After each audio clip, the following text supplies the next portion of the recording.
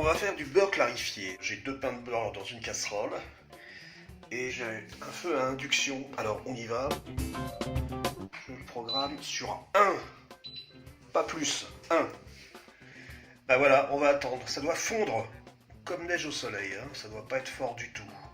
Et après on verra ce que ça donne. Et alors nous sommes à peu près à 3/4 d'heure. On peut constater qu'il n'y a aucune ébullition. Donc on prend notre temps. On va attendre que ce soit complètement fondu. Voilà, à plus tard. Et voilà, c'est terminé. Donc, pas tout à fait 1 heure pour faire fondre ce beurre. Et on peut constater qu'il n'y a aucune écume, hein. Donc il n'y a absolument rien à écumer. Ça n'a pas bouilli, ça n'a pas frémi, ça a fondu très doucement. Et maintenant, je n'ai même pas besoin de le filtrer. Je vais directement le mettre dans le récipient, comme ça. Voilà, c'est de l'huile. Ok, je vais finir plus tard parce qu'avec le téléphone c'est pas facile. Voilà, voilou, comment on fait du ghee réussi et il a bon goût, un bon goût de beurre, hein, pas du tout un goût de brûlé. Voilà. Allez, à bientôt.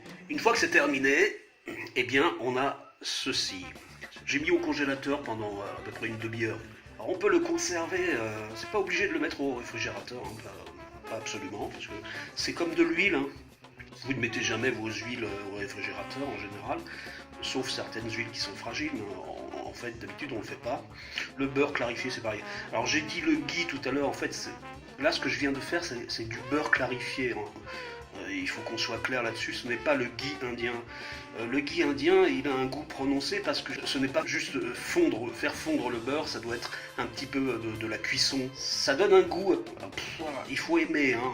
Moi personnellement, j'aime pas trop parce que ça a un goût un peu de beurre brûlé, de rance. Non, je préfère vraiment le beurre clarifié. Alors pourquoi je fais ça? Moi, c'est pour m'en servir surtout en remplacement de l'huile, parce que son point de fumée est très haut. Alors qu'est-ce que c'est le point de fumée? Ça veut dire à partir d'une certaine température, ça va faire de la fumée. Bon, et à partir du moment où ça fait de la fumée, ça devient toxique. Alors le point de fumée du beurre clarifié, il est très haut, c'est-à-dire c'est 252 degrés. Tandis que si vous prenez du beurre, simple beurre, bon, moi, son point de fumée à peu près en 120-130 degrés. Donc quand on est avec le beurre clarifié à 252 degrés de point de fumée, ça laisse un peu de marge. Hein. On peut faire des frites avec ça, il n'y a pas de problème.